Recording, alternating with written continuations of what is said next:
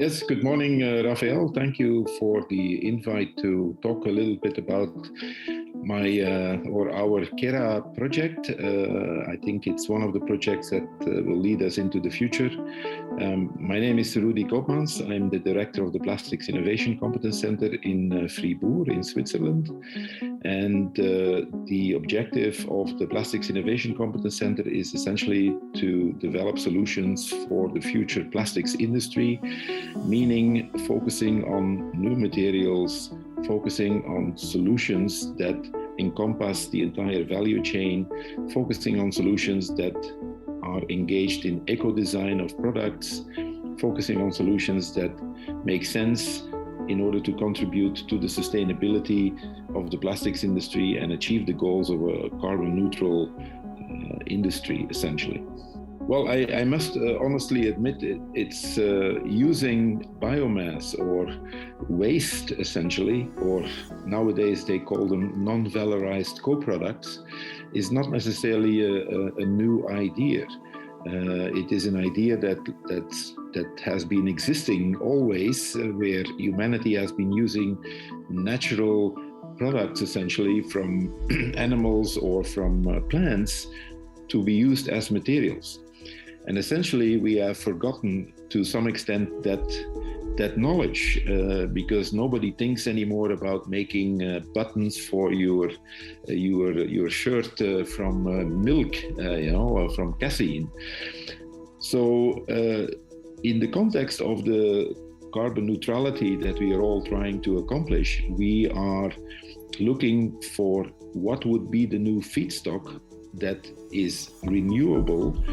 And the first thing you can look at is what is the feedstock that is not being used at the moment and is kind of like already produced but not valorized. And in that context, we have been looking particularly at proteins. And proteins are chicken feather, essentially, or wool, for example. These are proteins, in contrast to cotton, which is a carbohydrate. And proteins are a very fascinating polymer because it's highly functionalized and you can do a lot of structural developments with that.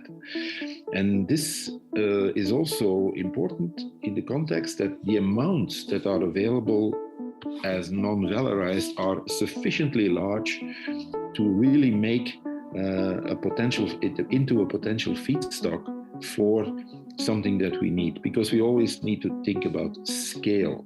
And in that sense, chicken feathers, which are produced in Europe, only in Europe, something about estimates are 4 million tons per year.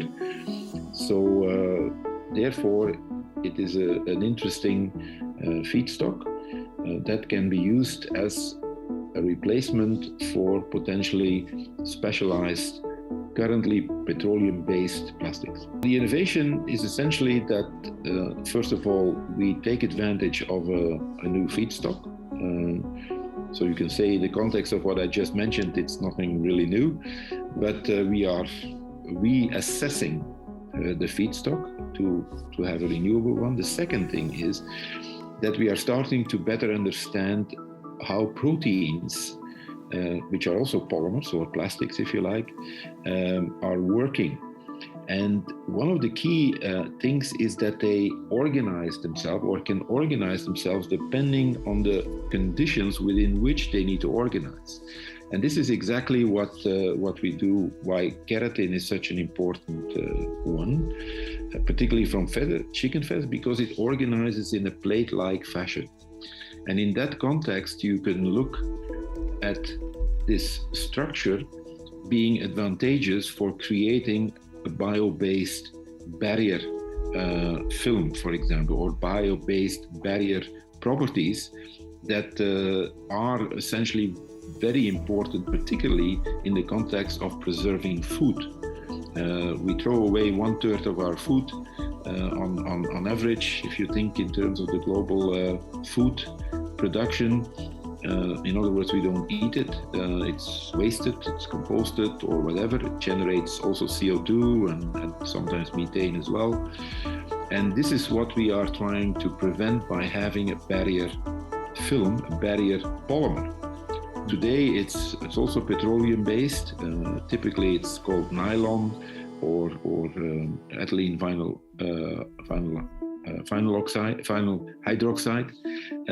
In other words, barrier films that are not necessarily compatible with the other materials. So if we want to go to a packaging that is bio-based, then and eventually compostable, then we also need to have barrier films that enable us to package the food that we want to consume and keep it as long as possible fresh, so that it is not being wasted. And this is essentially what the keratin from chicken feathers has the potential to do.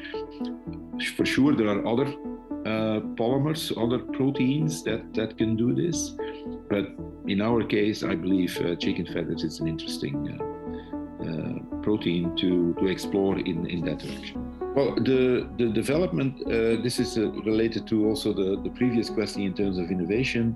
It's essentially we are exploiting the self-organization, as we tend to call it as scientists, or the self-assembly of molecules. In other words, you let the molecule shape the structure, and this is something we have become more and more aware of, that we need to let the molecules do the work, and not like we typically do. We start with a big object, make it smaller, and try to mechanically shape it into something. So we are trying to reverse this, what we call from the bottom up, and this is something that these kind of these proteins can actually do, and therefore this is the innovative and sometimes non-obvious step that you have, which is to some extent based on the chemistry principles of physics,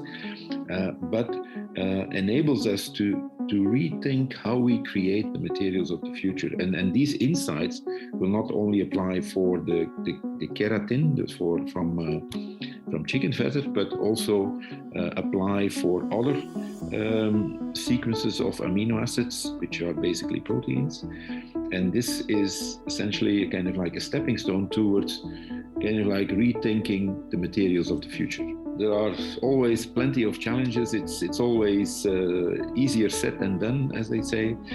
A particular challenge is obviously that you're dealing with organic material. That means you need to make sure that there are no microorganisms involved that could do us harm. So you need to have, first of all, a sterilized product, sterilized chicken feathers. So your feedstock need to be pre-treated. The second thing is, even if you have now the keratin and you can extract it, you need to create the right boundary conditions in order that the molecules, the protein molecules, the keratin molecules will start to organize them in the way I explained before, in terms of these blocks, these sheets, essentially. Just like if you think about a feather, I mean, you see that the feather is also kind of like a layered structure. So you need to make sure that you're able to rebuild that layered structure, and that will define the processing and how you want to make that essentially happen. And so these are, I think, the two main challenges. Is first of all making sure that the feedstock that you have is kind of like pure and non-contaminated. The second thing is how do you precisely process, if I put it in a very simple way, the chicken feather or the keratins, so that you can obtain objects that can be used as barrier films or possibly other applications.